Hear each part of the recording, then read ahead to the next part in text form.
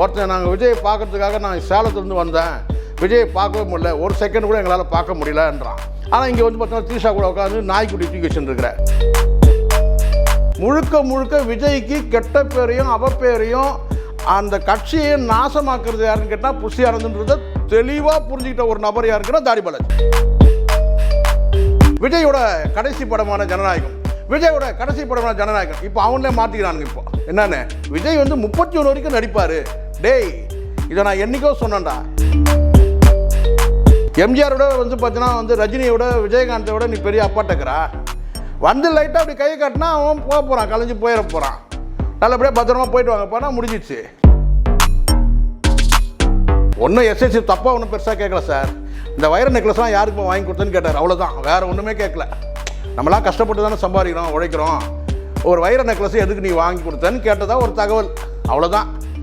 அதுக்கே அப்போ புள்ள உறவு இல்லாமல் இன்றைக்கி வரைக்கும் ஓடி இருக்குது. அந்த மாதிரி தனியாக தான் நின்று வந்து அன்னதானம் பண்ணி இருக்குது.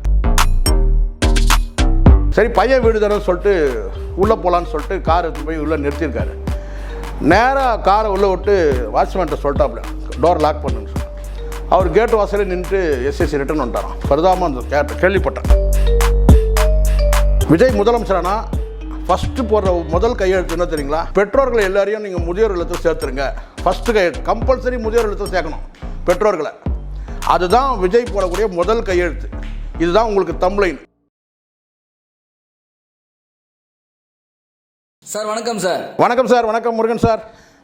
சார், நடிகை த்ரிஷா சமீபத்தில் நடிகர் விஜய் மற்றும் தாவேகா தலைவர் விஜய் அவர்களுக்கு பிறந்தநாள் வாழ்த்துக்கள் சொல்லியிருக்காங்க. ஹாப்பி பர்த்டே பெஸ்டஸ்ட் அப்படின்னு போட்டிருக்காங்க. பெஸ்டஸ்ட்னு சொல்லுங்கள் சார், தெளிவாக சார். பெஸ்டஸ்ட் சொல்லுங்கள். பெஸ்டஸ்ட் பெட்டஸ்ட்ன்ற மாதிரி இருக்குது. அவங்க என்னென்னா எனக்கு சிறந்தவங்க அப்படின்ற மாதிரி சொல்லியிருக்காங்க. ஏன்னா கடந்த பிறந்தநாள், அதாவது லாஸ்ட் பிறந்தநாளுக்கும் இதே மாதிரி வந்து ஒரு ஃபோட்டோ போட்டு இதே மாதிரியே ஒரு கான்ட்ரவர்சிக்குச்சு. இப்போ இந்த வருடமும் இதே மாதிரி. இது நீங்கள் எப்படி பார்க்குறீங்க சார்? எனக்கு லாஸ்ட் டைமே நான் சொல்கிறேன், ரொம்ப கிளியராக சொல்கிறேன். லாஸ்ட் டைமே அவங்க வந்து இந்த மாதிரியான லவ் ஃபார் எவர்னு ஒன்று போட்டிருந்தாங்க. அது பெரிய சர்ச்சையாச்சு. ஒரு அரசியல் கட்சி தலைவராகிட்ட பிறகு, ஒரு மக்களுக்கான தலைவராகிட்ட பிறகு இது மாதிரியான செய்திகள் வந்து வரவே கூடாது. இந்த மாதிரி வந்து லவ் ஃபார் எவர் இதெல்லாம் வந்து இப்போது நீங்கள் வந்து எம்ஜிஆர் ஒப்பிடுறீங்க, விஜயகாந்தெல்லாம் ஒப்பிடுறீங்கன்னா அவங்களுக்கு இந்த மாதிரியெல்லாம் வந்து அவங்களுக்கு பேரன்பு மிக்க நிறைய மக்கள் இருக்கிறாங்க, நடிகைகள் இருக்கிறாங்க, நடிகர்கள் எல்லாருமே இருக்கிறாங்க. ஆனால் அவங்களுக்கு இப்படி சங்கடத்தை ஏற்படுத்துகிற மாதிரியான வந்து ஒரு செய்திகள் எந்த நடிகையோ நடிகரோ வெளியிட மாட்டாங்க. இப்போது இந்த நடிகை வந்து ஏற்கனவே இந்த நடிகையால் பல சர்ச்சைகள் உருவாகிருக்கும் போது இப்போ வந்து நீங்கள் வந்து லவ் ஃபார் எவர்னு போடுறது, இப்போ பெஸ்டஸ்ட்னு போடுறது, அப்படியே கூடவே வந்து பார்த்திங்கன்னா ஒரு படத்தையும் போடுறது, அதில் போன தடவையாவது லிஃப்ட்டில் நடந்து போகிற மாதிரி இருந்துச்சு. இந்த முறை ஒரு நாய்க்குட்டி தூக்கி வச்சுருக்கிற மாதிரி இருக்குது. ஒரு அரசியல் கட்சி தலைவராகிட்டார்னா அதுக்கான மரியாதை கண்ணியமோடு வந்து ரெண்டு தரப்புலையும் நடந்துக்கணும். த்ரிஷாவும் நடந்துக்கணும், விஜயும் நடந்துக்கணும். விஜய் எப்போ வந்து இந்த பொதுமக்கள் கிட்ட வந்து அவர் விமர்சனத்துக்கு உள்ளானார்னா தனி விமானத்தில் பயணம் பண்ணது தான். பொங்கல் பண்டிகை வந்து த்ரிஷாவோட கொண்டாடினது. ஸோ இதுதான் வந்து விஜயோட கெரியர்லேயே, இந்த பொலிட்டிக்கல் கெரியரில் வந்து பார்த்திங்கன்னா பெரிய டிசப்பாயிண்ட் ஆச்சு. அதை நம்ம நல்ல விதமாக எடுத்து சொன்னால், நான் ஜான் ஆரோக்கியசாமிக்கிட்டேயே நான் சொன்னேன், ஒரு தலைவராகிட்ட பிறகு இப்படியெல்லாம் நடந்துக்கிறது சரியானு கேட்டால், இல்லை சார், அவர் வந்து ஃபயர் பண்ணிட்டாரு. எப்போ? போன வருஷம் லவ் ஃபார் எவர்னு சொல்லி வந்து ஒரு செய்தி போட்ட உடனே இங்கே நிறைய வந்து விமர்சனம் ஆகும்போது ஜான் ஆரோக்கியசாமிக்கிட்ட நான் நேரடியாக சொன்னேன், சார் இப்படி ஒரு நடிகர் ஆகிட்ட பிறகு இப்படி வந்து தனியாக விமானத்தில் பயணம் பண்ணுறதும் அவங்க லவ் ஃபார் எவர்னு போடுறது இல்லை சார், அவர் வந்து லவ் ஃபார் எவர்னு போட்டது போது நான் சொன்னேன். அப்போ என்ன சொன்னார்னா, த்ரிஷா வந்து ஃபயர் பண்ணிட்டாரு. யார் ஃபயர் பண்ணிட்டாரு? விஜய் வந்து ஃபயர் பண்ணிட்டார் ஃபோனில் அப்படின்னு சொன்னார். அதுக்கப்புறம் பார்த்தீங்கன்னா எப்படிடா ஃபயர் பண்ணாருன்னா, தனி விமானத்தில் கூப்பிட்டு போயிட்டு ஃபயர் பண்ணதை நம்ம பார்த்தோம். கொஞ்சமாச்சும் வியூகம் அமைக்கிறவங்களுக்காவது அறிவு இருக்கணும்.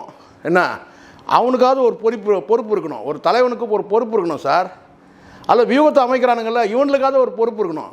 எல்லாம் பொறுக்கி பசங்கள்லாம் சேர்ந்து வந்து பார்த்தீங்கன்னா வழி நடத்தினா எப்படி இருக்கும் சொல்லுங்கள் பார்க்கலாம். அதுதான் இது.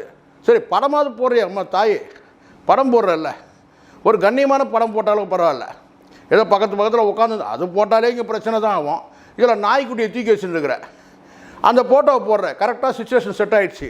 ஒருத்தன் நாங்கள் விஜயை பார்க்கறதுக்காக நான் சேலத்துலேருந்து வந்தேன், விஜயை பார்க்கவே முடியல, ஒரு செகண்ட் கூட எங்களால் பார்க்க முடியலன்றான்.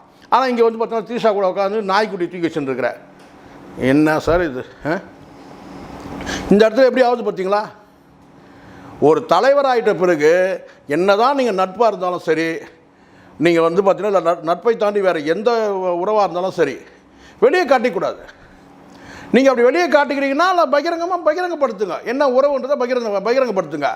கிட்டத்தட்ட ஒரு 50 ஆண்டு காலம் கழித்து இப்போ ராமதாஸே வந்து பார்த்தீங்கன்னா சின்ன வீடு மேட்ரை சிக்கி தவிக்கிறத பார்க்குறோம். நம்ம பார்த்தோமா இல்லையா?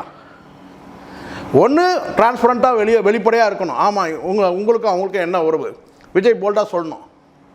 என்னமோ அந்த மாதிரி உள்ள கேட்டால் வந்து பெஸ்டஸ்ட்னு சொல்கிறதும், லவ் ஃபார் எவர்னு சொல்கிறதும், இவர் நாய்க்குட்டி தூக்கி வச்சுன்னு இருக்கோம். இதெல்லாம் ஒரு தலைவனுக்கு அழகு. இவனுங்களாம் நாளைக்கு நாட்டை வழி நடத்த போகிறானுங்க. சொல்லுங்கள் பார்க்கலாம். எல்லாத்துக்கும் வாய்க்கிழி பேசுகிறாங்களா அந்த புசியானது? எதுனா வாய் திறக்கிறானா பாருங்கள். கடபார மூணு மாதிரி இருக்கிறான், கம்முன்னு இருக்கிறான். எதனா பேசணுமா இல்லையா? சார், நீங்கள் புசியானு சொல்லும்போது தான் ஒரு விஷயம் கேட்க தோணுது. ஒரு விஷயம் இல்லை, அவனை பற்றி நீங்கள் நிறைய விஷயம் கேட்கலாம். அவன் தான் அங்கே வில்லங்கமே அவன் தான். அவன் வந்து பார்த்தீங்கன்னா நியாயமாக பார்த்தீங்கன்னா எதனா ஒரு காயலாங்கரில் இருக்க வேண்டிய ஒரு மெட்டீரியல். அவன் இந்த ஸ்கிராப் பண்ணுவாங்க பார்த்தீங்களா, ஒரு காயலாங்கரில் இருக்க வேண்டிய ஒரு மெட்டீரியல் அவனை கொண்டு வந்து பொதுச்செயலர் போட்டு வச்சிருக்கு. இதுக்கு அவனுக்கு கீழே வேலை செய்கிறது யாருன்னு கேட்டிங்கன்னா ஒரு ஐஏஎஸ். அவன் எந்த ஜென்மத்தில் என்ன பாவம் பண்ணணும்னு தெரில, ஐஏஎஸ் பதவி ராஜினாமா பண்ணிட்டு இவன் பின்னாடி வந்துட்டான். யார் பின்னாடி? புசியானதுக்கு பின்னாடி. இவர் பொதுச்செயலரமா, அவர் கொள்கைக்கு பரப்பு பொதுச்செயலராமா. எப்படி தான் இவனுக்கு கீழே தான். இவன் பார்த்தாங்க மழை கூட பள்ளிக்கூடத்து பக்கம் ஒதுங்குனதே கிடையாது. யார்? இந்த முனுசாமி என்கின்ற புசியானந்த். இவனுக்கு கீழே ஒரு ஐஏஎஸ் வந்திருக்கானா, அவன் எவ்வளோ பாவம் பண்ணியிருப்பான் பார்த்துங்க. அந்த வேலையை எழுதி கொடுத்துட்டு வர வந்துக்கிறான் பார்த்துங்க. எந்த ஜென்மத்தில் அவங்க வந்து என்ன பாவம் செஞ்சானோ அவன் அந்த வேலையை ரிசைன் பண்ணிட்டு இவன் பின்னாடி வந்து இவனுக்கு பக்கெட் தொகை வந்துட்டான். இல்லை சார், புசியானந்த் அவர்கள் வந்து சமீபத்தில் தமிழக முதலமைச்சர் மாண்புமிகு திரு ஸ்டாலின் அவர்கள் வந்து மகளிர் உரிமை தொகைன்னு மாதம் 1000 ரூபா வழங்குறாரு. அதை வந்து கிரிட்டிசைஸ் பண்ணுற மாதிரி பேசியிருந்தார். என்னென்னா, இவர் கொடுக்குற 1000 ரூபாயில் வந்து 500 ரூபாய் ஹெல்மெட் எல்லாத்துக்கும், 500 ரூபா லைசன்ஸ் எல்லாத்துக்கும் இவங்களே பிடிங்க. ஏன்னா அறிவு இருக்கா சார்? அவன் புதுசாக வயிற்று சோறு தின்றானா வேறு எதுனா தின்றானா சார்? நான் தெரியாமல் தான் கேட்குறேன். நிஜமாக தயவு செஞ்சு இப்போ பெரிய சந்தேகம் இருக்குது. அவன் வயிற்றுக்கு எது சோறு தின்னானா இல்லை வேறு ஏதாவது தின்றானா? ஏன்னா லைசன்ஸ் இல்லைனா, ஹெல்மெட் இல்லைனா, ஹெல்மெட்னா உயிர் பாதுகாக்கிறதுடா. அதை நீ போட்டுன்னு போனோன்னா ஒரு 500 ரூபா ஃபைன் கட்டுறது ஞாமா. ஃபைன் கட்ட வேறு என்ன பண்ணுவாங்க? தூக்கில் தொங்க விடுவாங்க. என்ன காரணம் சொல்லணும் ஒரு விவசாய இருக்கா? லைசன்ஸ் இல்லைனா வண்டி ஓட்ட முடியாது. ஆமாம், அறிவு இருக்கா அவனுக்கு? அதான் இவனுங்க வந்து காருக்கே டேக்ஸ் கட்டாமல் வந்து கோர்ட்டில் காரி தொப்பின கோஷ்டி தானே சார் இவனுங்க. இப்போ புரியுதுங்களா? விஜய் ஏன் வந்து இந்த காருக்கு வந்து டேக்ஸ் கட்டாமல் வந்து ஆடுறது? இவன் தான் சொல்லியிருப்பான், சார் நம்ம டேக்ஸ்லாம் கட்ட வேணாம், நம்ம வெளிநாட்டிலேருந்து காரை இறக்கிட்டோம், நம்ம டேக்ஸ்லாம் கட்ட வேணாம்னு சொல்லியிருப்பான். இப்போ எப்படி இருக்கா பாருங்க, ஒரு கட்சியோட பொதுச் செயலர் சொல்கிறான் பாருங்க, ஹெல்மெட் இல்லைனா 500 ரூபா வாங்குறாங்கன்னு. இதை எந்த பொம்பளை சொன்னா? நான் கேட்குறேன், எந்த பொம்பளை? இதுக்கு முன்னாடி ஒன்று ஒரு கதை சொல்லிட்டு தானுங்க, 1000 ரூபா கொடுத்தா அது வந்து டாஸ்மாக்கு போயிடுதுன்ட்டு. அதை இவன் சொல்ல முடியாது. அதனால் இந்த கதையை எடுத்து விட்றான். ஏன் சொல்ல முடியாதுன்னு? ஏன்னா புஷின்ற பேரில் இவன் சாராய கடை வச்சுருக்கிறான். எங்கே? பாண்டிச்சேரியில். பேச சொல்லுங்க பார்க்கலாம். இவனை தைரியமா? என்னவோ வந்து இவர் வந்து 500 ரூபா வந்து லைசன்ஸுக்கு போயிடுது, 500 ரூபா வந்து இப்படி போயிடுது. அது யாருன்னா, நீங்கள் வந்து போலீஸ்காரங்களை குறை சொல்லாதீங்க, இது வந்து தமிழ்நாடு கவர்மெண்ட்டுக்கு போகுது. கவர்மெண்ட்டு போலீஸு எல்லாம் ஒன்று தானே, நல்லது தானே சொல்கிறாங்க. ஹெல்மெட்டு போடணுன்றது நல்லது தானே. லைசன்ஸ் எடுக்கிறதுக்குன்னா முறை இருக்குல்ல. நாளைக்கு குழந்தை குட்டிலாம் வந்து பார்த்தீங்கன்னா வந்து 13 வயசு 14 வயசு பையன் கூட வந்து கார் ஓட்டுவான் சார். லைசன்ஸ் முறைன்றதுன்னா ஓட்ட தெரிஞ்சு அந்த ஓட்டி காட்ட பிறகு கொடுக்குறது தான் லைசன்ஸு. அப்போ என்ன, அந்த லைசன்ஸ் கையில் இருந்தால் ஓட்ட தெரிஞ்சவனா பொருள். இந்த சாதாரண விஷயம் கூட தெரில. இவனெல்லாம் ஒரு தலைவன். இவனெல்லாம் வந்து பார்த்திங்கன்னா நம்ம பேசக்கூடாது. இவனுக்குன்னு ஒருத்தர் ரெடி ஆகின்னு இருக்கிறாரு, ஒரு தலைவன் உருவாகின்னு இருக்கிறான். இந்த புஷி ஆனந்த் வந்து பார்த்தீங்கன்னா சட்டையை பிடிச்சி கேள்வி கேட்கறதுக்கு. சார், இன்னொரு முக்கியமான விஷயம் என்னன்னா, புஷி ஆனந்த் எதிராக பிரபல நடிகர் ஒருத்தர் செயல்படுறார் அப்படின்ற மாதிரி ஒரு விமர்சனம் தான் சொன்னேன். ஒரு நடிகர் சார், அவன் தலைவன்.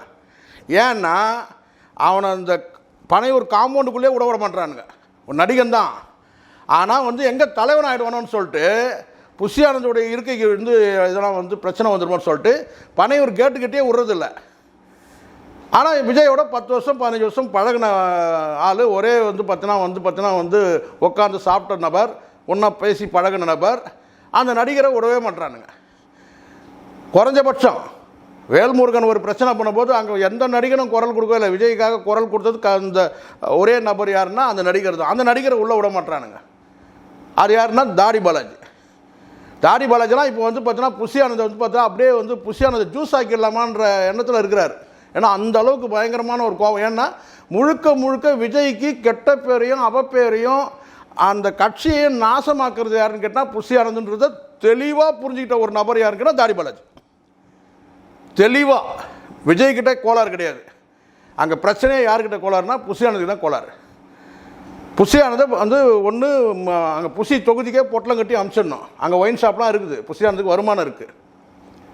இங்கே வந்து பார்த்தீங்கன்னா வந்து 15 லட்ச ரூபாய் ஒரு போஸ்டிங் பணத்தை வாங்கிக்கிட்டு இதை பார்த்தீங்களா இப்போது சாதி வந்து நான் வந்து அம்பேத்கர் வழித்தோன்றல் எனக்கு வந்து பார்த்தீங்கன்னா பதவி கொடுக்காம புஷி ஆனந்துக்கு நெருக்கமான ஒரு நபருக்கு மட்டும்தான் பதவி கொடுக்குறாங்கன்னு சொல்லிட்டு சாதி வழியாக வந்து புறக்கணிக்கப்படுறாங்க தாவேக்கல்னு சொல்லிட்டு பட்டவர்த்தனமாக வெளிப்படையாக ரோட்லேயே சண்டை நடக்குது. இது எதாவது தெரியுமான்னு கேளுங்க. தெரியவே தெரியாது. விஜய்க்கு தெரியாது. ஏன்னா விஜய் வந்து பார்த்தீங்கன்னா அந்த செல்லும் பார்க்க வருது கிடையாது,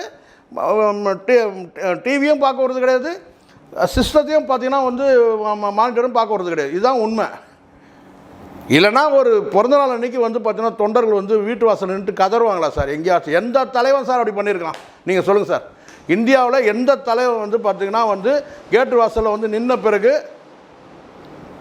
வந்து பார்த்தீங்கன்னா வெளியே எட்டி பார்க்காத ஒரு நபர் சொல்லுங்கள். இப்போ வீட்டில் இருந்தாரா இல்லையா? அவர் எங்கே இருந்தார்? 12 மணிக்கு கேக் வெட்டிட்டு அப்படியே படுத்துட்டாரா அப்படின்னு எங்கே வீட்டில் படுத்துட்டாரான்னு ஒரு கேள்வி இருக்குது. நீங்கள் வேறு மாதிரி ஏதாவது போட்டுற போகிறீங்க. ஒரு பிறந்தநாள் அன்றைக்கி வீட்டில் இருக்கணுமா இல்லையா சார்? காலையில் வந்து ஒரு கையாட்டுறது என்ன ஆகிட போகிற நீ? நான் கேட்குறேன். ஒரு தலைவன் தானே நீ. வெளியில் வந்து ஒரு கையாட்டு அவன் போயிட போகிறான், அவ்வளோதானே. இதுக்கு நம்மால் எவ்வளோ பரவாயில்ல. யார்? ரஜினி வெளியே வந்து ஒரு 5 நிமிஷம் வந்து அப்பியரன்ஸ் கொடுத்துட்டு ரைட் போங்க இது ஹாய் ஹாய் ஹாய் ஹாய் அப்படின்னு சொல்லிட்டு நல்லா இருங்க அப்படின்னு சொல்லிட்டு போயிடுவார். அவ்வளோதான். அது கூட இவன் இல்லை. ஒரு வேளை நாய் கட்டி கூட படுத்துருந்துருக்கலாம் சார், அப்படியே தூக்கிட்டு இருக்கலாம். அதனால் கூட காலையில் எழுந்துக்க முடியாத ஒரு சூழ்நிலை இருந்துக்கலாம். இவன் 6 மணிக்கெலாம் போய் உட்காந்து இவன் பைத்தியக்காரன். இவன் போய் அந்த 6 மணிக்கெலாம் நிற்கிறான், 6 மணிக்கு 7 மணிக்கெலாம். சொல்லுங்கள், யார் தப்பு இது? இப்போயாவது பார்த்து தெரிஞ்சுங்கடா. இது தலைவன்னா முழு நேரம் தலைவராக இருக்கும். எல்லாருக்கும் பலவீனங்கள் இருக்க தான் செய்யுது. எல்லாரும் திருமாவளவன் ஆகிட முடியுமா? எல்லாரும் வந்து சீமான் ஆகிட முடியுமா? எல்லாரும் வந்து பார்த்தீங்கன்னா ஸ்டாலின் ஆகிட முடியுமா? எல்லாரும் கலைஞர் ஆகிட முடியுமா? எல்லாரும் ஜெயலலிதா ஆகிட முடியுமா? சொல்லுங்கள். இதெல்லாம் வந்து இதுதான் பார்ட் டைம் ஜாபுன்றது. ரொம்ப நாளாக உருட்டின்னு இருந்தானுங்க எல்லாரும். என்னன்னு இது கடைசி படம் கடைசின்னு. அதுவும் இந்த வலபேச்சில் இருக்கிற நாரிப்பாடைங்க இருக்குது பாருங்கள், அந்த 3 பேர் இருக்கான்னு பாருங்கள். விஜயோட கடைசி படமான ஜனநாயகம், விஜயோட கடைசி படமான ஜனநாயகம். இப்போ அவங்களே மாற்றிக்கிறானுங்க. இப்போ அவங்களே மாற்றுறானுங்க. என்னன்னாக்கா விஜய் வந்து 31 வரைக்கும் நடிப்பார். டேய், இதை நான் என்றைக்கோ சொன்னேன்டா. இந்த பிஸ்மியே சொல்கிறேன், பீலா பிஸ்மி சொல்கிறேன், இந்த அந்த படம் நான் என்றைக்கோ சொல்லிட்டேன். டேய், இது கடைசி படம்டா. அவன் கடைசி படம் இல்லைடா, அவன் வாயால் இது வரைக்கும் சொல்லவே இல்லை கடைசி படம்னு சொல்லிட்டு நான் எப்போ சொல்லிட்டேன். எல்லாம் அவன் வந்து பார்த்தீங்கன்னா பொய்யை சொல்லி உருட்டினாங்க. நம்ம தான் உண்மையை சொன்னோம். அதுவும் ரீசெண்ட் வாய்ஸை தான் நான் சொன்னேன். பல தடவை சொல்லியிருக்கிறேன். விஜய்க்கு இது கடைசி படம் கிடையாது, இன்னும் அவன் படத்தில் நடிப்பான். இந்த ரிசல்ட்டை எப்படின்னு பார்க்குறான், போட்டு பார்க்குறான். இது அப்படி தூண்டில் போட்டால் எது குறவை மாட்டுதா கெண்டை மாட்டுதா அப்படின்னு பார்க்குறான். இது திமிங்கலம் மாட்டுதான்ட்டு. திமிங்கலம் மாட்டினா செட்டில் ஆகிடுவான். திமிங்கலம் மாட்டில் கெண்டை குறவை வந்து நான் கேட்டால் அதை அப்படியே முள்ளுலேருந்து எடுத்து அப்படியே உள்ளே விட்டுட்டு என்ன சொன்னால் மறுபடியும் வந்து கரைக்கு வந்துடுவான். அதுதான் மேட்ரு. இதை புரிஞ்சிக்காமல் சில பேர் வந்து இப்போவே எம்எல்ஏ ஆகிட்ட மாதிரியும் மந்திரி ஆகிட்ட மாதிரி நினச்சி நீங்கள் ஒன்றா பாருங்களேன். அந்த விஜய் கட்சியில் இருக்கிற நிர்வாகிகள்லாம் பார்த்தீங்கன்னா இப்போவே அவன் வந்து மினிஸ்டர் ஆகிட்ட மாதிரி, துறை அமைச்சர் மாதிரி இருக்கிறானுங்க ஒவ்வொருத்தனும். பாருங்களேன் இவன்னா. ஏன்னா இந்த நாய்க்குட்டி தூக்கி வச்சுன்னு போஸ்ட் கொடுக்கறது ஒரு ஆள் போதும். யார்? த்ரீஷா ஒரு ஆள் போதும். இல்லை த்ரீஷா வந்து மகளிர் அணியில் வந்து பார்த்தீங்கன்னா ஒரு கொள்கை பரப்பு செயலர் பதவி கொடுத்தா உங்களுக்கு என்ன நான் கேட்குறேன். லயலாமணியை விட த்ரீஷா ரொம்ப மோசமா நான் கேட்குறேன். தம்பி லயலாமணிக்கு கொடுத்த அந்த பதவியை வந்து கேட்டால் இப்போயே தியாகம் பண்ணுவான் அந்த மாதிரி. ஏன்னா விஜய்க்காக தான் அவன் இருக்கிறான், கட்சிக்காக பதவிக்காக இல்லை. லயலாமணியை பற்றி எனக்கு தெரியும். இப்போவே வந்து பார்த்தீங்கன்னா த்ரீஷா கேட்டாக்கா வந்து பார்த்தீங்கன்னா த்ரீஷாவுக்காக நீ இந்த பதவியை தியாகம் பண்ணு தம்பின்னு சொன்னால் போதும். இது உடனே லயலாமணி கேட்டால் உடனே ராஜினாமா. த்ரீஷா கொள்கை பரப்பு செயலாளர் நம்பிக்கையோட தரணும். ஐஏஆர்எஸ் வந்து கொள்கை பரப்பு பொதுச் செயலாளர், இவங்க வந்து கொள்கை பரப்பு செயலாளர். இல்லைனா அந்த கொள்கை பரப்பு செயலாளர் பதவி வந்து எடுத்துகிட்டு தலைவர் பதவி கொடுத்துடலாம். அவர் செயலாளர் சார், கொள்கை பரப்பு பொதுச் செயலாளர். இவர் வந்து இந்த அம்மா வந்து கொள்கை பரப்பு தலைவி அப்படி கொடுத்துடலாம். தலைவி பதவி பெஸ்ட்டு சார். அப்படி கொடுத்துட்டா கட்சியும் நல்லா இருக்கும் சார். சார் சமீபத்தில் கூட மதுரையில் வந்து முருக பக்தர்கள் மாநாடு நடைபெற்றது. அதில் என்ன கேள்விக்கிறேன்னா, விஜய் நடத்தின முதல் மாநாட்டை விட முருக பக்தர் மாநாட்டுக்கு கூட்டம் அவ்வளோ கூட்டம் வந்துச்சு. நான் சொல்கிறேன்னே, இப்போ பாருங்கள், காலப்போக்கில் இங்கெல்லாம் ஒரே குட்டையில் ஒன்று மட்டையாக போகுது. யார் எல்லாரும் எடப்பாடி காலம் நிற்கணும் சார். இது அது பிஜேபினா இருக்கட்டும், நீ மாநாடு நடத்து எதனா நடத்து. அங்கே ஒரு பைத்தியம் ஒன்று வந்தது எங்கள் ஆந்திராலேருந்து. அந்த ஆந்திராலேருந்து ஒரு பைத்தியத்தை தான் வந்து ஹீரோவாக காட்டினானுங்க. அவனுக்கு அங்கேயே மார்க்கெட் இல்லாதனால தான் வந்து பார்த்தீங்கன்னா வந்து அரசியலுக்கு போனவொன்னே அப்படி துரத்தி விட்டாங்க. அங்கேயே அண்டர்வேர் போட்டு ஆடுற ஆள் தான் யார்? பவன் கல்யாண். தெரியல உங்களுக்கு?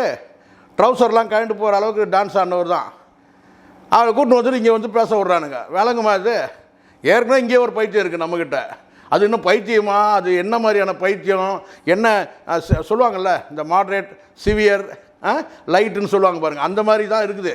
அது மாட்ரேட்டரா சிவியரா எப்படிப்பட்ட பைத்தியம்னே தெரியல. கீழ்ப்பாக்கத்தில் வச்சு பார்க்குறதா இல்லை கீழ்ப்பாக்கத்திலே உள்ள ஜெயிலுக்குள்ளே வச்சு பார்க்குறதா, அந்த மாதிரி இருக்குது. பல பைத்தியங்கள் இருக்குங்க. இவனுங்க எல்லாம் வந்து நான் இப்போ ஓரளவுக்கு செட்டில் ஆகிட்டாங்க சார். கட்சி ஆரம்பித்து எல்லாத்தையும் 15 லட்சம் வாங்கி புஷியானதுக்கு இப்போ வந்து அப்படியே சொல்லுவாங்க தெரியுமா, தொப்புளுக்கு மேலே கஞ்சின்னுவாங்கள்ல, தொண்டைக்கு மேலே இருக்குது. இப்போது எல்லா கட்சியில் வந்து 10 பைசா விஜய் செலவு பண்ணுறாரு. இன்றைக்கும் நான் சொல்கிறேன், எல்லாம் வந்து கட்சியில் நிர்வாகிகள்கிட்ட போஸ்டிங் போடுறோன்னு சொல்லிட்டு வாங்கிட்டானுங்க. அந்த 15 லட்சம் கொடுத்தவங்களாம் என்ன செய்கிறான்னு கேட்டிங்கன்னா, நாங்கள் விஜயை பார்த்ததே போதுன்றானுங்க. இது நாங்கள் எம்எல்ஏ கூட ஆகுவோண்ணா, மினிஸ்டர் கூட ஆகுவேண்ணா, இந்த பதவி வாங்கிட்டு நாங்கள் விஜய் நான் நேரில் பார்த்தோன்றான். அந்த மாதிரி பைத்தியம் வச்சு என்ன செய்ய முடியும்? ஒருத்தர் சொன்னான் பாருங்க, சேலத்துலேருந்து ஒருத்தன் தான் மானஸ்தாவன், இது ஓட்டு போட மாட்டேன்ட்டானுங்க. சொல்லிட்டான் பாருங்க, இது நான் ஓட்டு போட மாட்டேன், அதிமுக போல திமுக நான் இது டிவி கேட்க ஓட்டு போட மாட்டேன்ட்டான் பாருங்க. அவன் தான் சார் சரியான ஆள், நிஜமாக சொல்கிறேன். அவன் தான் ஆம்பளைனா அவன் தான் ஆம்பளை, தப்பு இல்லை. வந்து நிற்கிறாங்கன்னா வந்து வெளியே நின்று இப்படி கை காட்ட, நீ நான் அவ்வளோ நான் எம்ஜிஆருடைய பெரிய அப்பாட்டக்கிறேன், நீ சொல்லு பார்க்கலாம். நான் கேட்குறேன், நான் தெரியாமல் தான் கேட்குறேன் சார். எம்ஜிஆரோட வந்து பார்த்தீங்கன்னா வந்து ரஜினியோட விஜயகாந்தை விட நீ பெரிய அப்பாட்டக்கிறா? வந்து லைட்டாக அப்படி கை காட்டினா அவன் போக போகிறான், கலைஞ்சி போயிட போகிறான். நல்லபடியாக பத்திரமா போயிட்டு வாங்க போனால் முடிஞ்சிச்சு.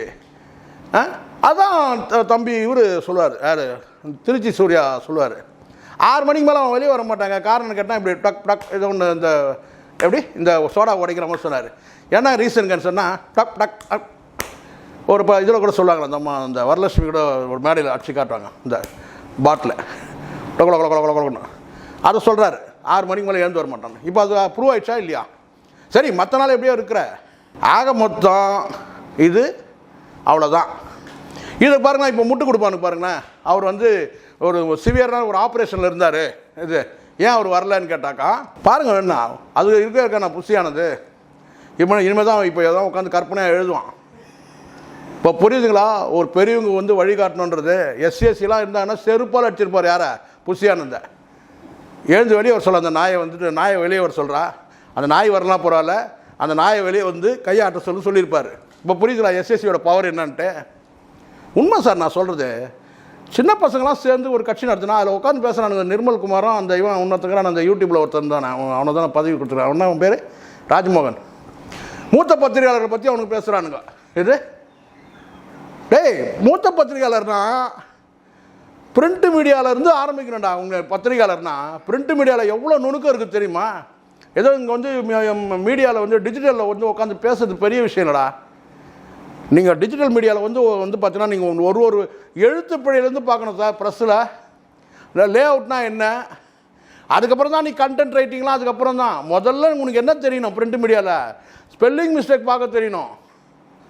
அதுக்கப்புறம் சென்டென்ஸ் எப்படி மேக் பண்ணுறது தெரியணும். லே அவுட் எப்படின்னு தெரியணும். எவ்வளோ நுணுக்கம் இருக்குது தெரியுமா? பத்திரிகை மூத்த பத்திரிகைனா என்னடா தெரியும் உங்களுக்கு? அவன் ஒருத்தன் வந்து உட்காண்டான் நிர்மல்குமார்னு, இவன் ஒருத்தன் நம்ம பேர்னா இந்த ராஜ்மோகன் ஒன்றுன்ட்டு. அவங்க வந்து ஒரு 6 பேர் இந்த யூடியூப்பில் இந்த பொறிக்கி பசங்க இருக்கான்னு பாருங்க, ஒரு 4 தருதல்களை வச்சுன்னு பேசிட்டு இருக்கிறானுங்க அந்த டிவிக்கால.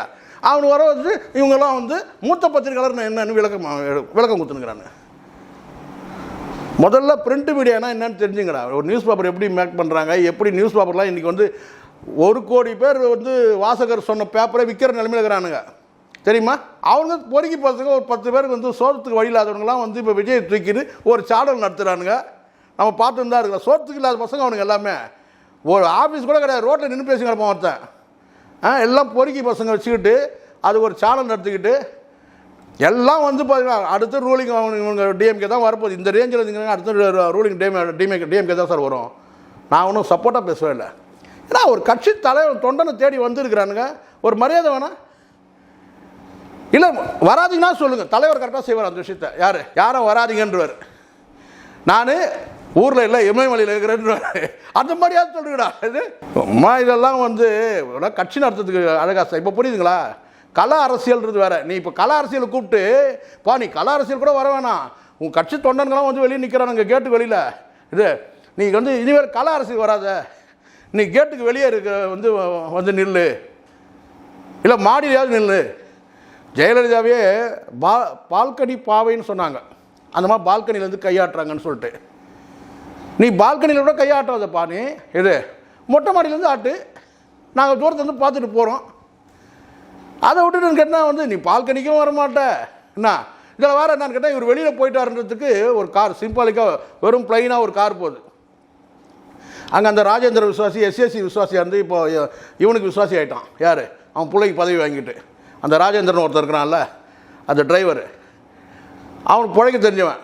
இது ஒரு தலைவர், ஒரு எஜமானுக்கு எப்படிலாம் உழைக்கணும், என்னென்னலாம் செய்யணும், என்ன வேலையெல்லாம் செய்யணும், எப்படிப்பட்ட வேலையெல்லாம் செய்யணும்னு தெரிஞ்சுக்கிட்டு அவன் என்ன செஞ்சால் மாற்றிக்கினான். இது மாற்றிக்காத ஒருத்தன் தான் ரவிராஜான்னு சொல்லிட்டு. அவன் எங்கே சேர்த்தா இப்போ வாட்ச்மேன் வேலை செய்கிறான் எங்கேயோ வெளியில். ஏன்னா அவனுக்கு தெரியல எப்படி பிழைக்கிறதுன்னு தெரியல. சூழ்நிலைக்கு ஏற்ற மாதிரி மாற்றிக்கணும். எவ்வளோ நாளைக்கு எஸ்எஸ்சி வாழ்க்கைன்னு சொல்லுவீங்க? இங்கே வாழ்க்கை சொல்கிறது கூட பிரச்சனை கிடையாது. என்ன வேலை செய்கிறீங்க, எப்படிப்பட்ட வேலை செய்கிறீங்க அப்படின்றது தான் இருக்குது. நீங்கள் வெறும் காருக்கு அதை திறந்து விடுறது மட்டும் கிடையாது, யாருக்கு திறந்து விடுறன்றதும் கணக்கு இருக்குது. சரியான நபர்கிட்ட நீங்கள் திறந்து விட்டீங்க, சரியான நபர்கிட்ட திறந்து விட்டீங்க, அவர் போஸ்டிங் கன்ஃபார்ம். இவன் வந்து கதை திறந்து விடலை, இவனை வேலையை விட்டு துரத்தி விட்டானுங்க. ரவிராஜாவை எஸ்எஸ்சியே துரத்தி விட்டானுங்க. ஒன்றும் எஸ்எஸ்சி தப்பாக ஒன்றும் பெருசாக கேட்கல சார். இந்த வைர நெக்லஸ்லாம் யாருக்கு இப்போ வாங்கி கொடுத்தேன்னு கேட்டார், அவ்வளோதான். வேறு ஒன்றுமே கேட்கல. நம்மளாம் கஷ்டப்பட்டு தானே சம்பாதிக்கிறோம், உழைக்கிறோம். ஒரு வைர நெக்லஸ் எதுக்கு நீ வாங்கி கொடுத்தேன்னு கேட்டதா ஒரு தகவல், அவ்வளோதான். அதுக்கே அப்போ புள்ள உறவு இல்லாமல் இன்றைக்கி வரைக்கும் ஓடி இருக்குது. அந்த மாதிரி தனியாக தான் நின்று வந்து இந்த அன்னதானம் பண்ணிருக்குது. யார்? பிள்ளைக்காக வந்து அன்னதானம் பண்ணுது அந்த அம்மா, அவங்க அம்மா. அங்கேயாவது அப்பங்காரர் இருக்கான்னு பார்த்தா அங்கேயே இல்லை. அது அந்தாலும் உப்பு போட்டு சோர்த்துன்றார்ல, எவ்வளோ தான் அசிங்கப்படுவார். ஸோ பாவம், அசிங்கப்படுத்தக்கூடாது, அவமானப்படுத்தாது. ரீசெண்டாக கூட ஒரு கேள்விப்பட்டேன், எஸ்எஸ்சி வந்து அந்த மனோஜோட டெத்துக்கு போனார்ல, பக்கத்தில் தானே வீடு. சரி பையன் வீடு தானே சொல்லிட்டு உள்ளே போகலான்னு சொல்லிட்டு கார் எடுத்து போய் உள்ளே நிறுத்தியிருக்காரு. நேராக காரை உள்ளே விட்டு வாட்ச்மேன்ட்ட சொல்லிட்டாப்புல டோர் லாக் பண்ணுன்னு சொல்லி. அவர் கேட்டு வாசலே நின்றுட்டு எஸ்எஸ்சி ரிட்டர்ன் வந்துட்டாராம். பரிதாபமாக அந்த கேள்விப்பட்டேன். டெத்துக்கு போயிருக்காரு. சரி அப்படியே புள்ள வீட்டுக்கு போயிட்டு அடி போகலான்னு சொல்லிட்டு பையன்கிட்ட பேசுறதுக்கு ஆசைப்பட்டிருக்காரு. கார் பின்னாடி வரதை தெரிஞ்சுக்கிட்டு என்ன சொன்னு கேட்டிங்கன்னா வந்து காரை உள்ளே விட்டு டோரை சாத்துங்க, திறக்காதீங்கன்ட்டு இருக்காரு. அவர் வெளியே நின்றுன்ட்டு என்ன பண்ண சொன்னால் டோர் திறக்கலதும் அசிங்கப்பட்டு அவமானப்பட்டு வெளியே வந்துட்டுருக்காரு. பரிதாபமாக கேட்குறதுக்கு. இவெல்லாம் தலைவனாகி நாட்டை என்ன செய்ய போகிறானுன்னு தெரில. ஒன்று மட்டும் தெரிஞ்சிச்சு, விஜய் முதலமைச்சரானா ஃபஸ்ட்டு போடுற முதல் கையெழுத்து என்ன தெரியுங்களா? பெற்றோர்களை எல்லாரையும் நீங்கள் முதியோர் இல்லத்தில் சேர்த்துருங்க. ஃபஸ்ட்டு கையெழுத்து கம்பல்சரி முதியோர் இல்லத்தில் சேர்க்கணும் பெற்றோர்களை. அதுதான் விஜய் போடக்கூடிய முதல் கையெழுத்து. இதுதான் உங்களுக்கு தம்ப்லைன்.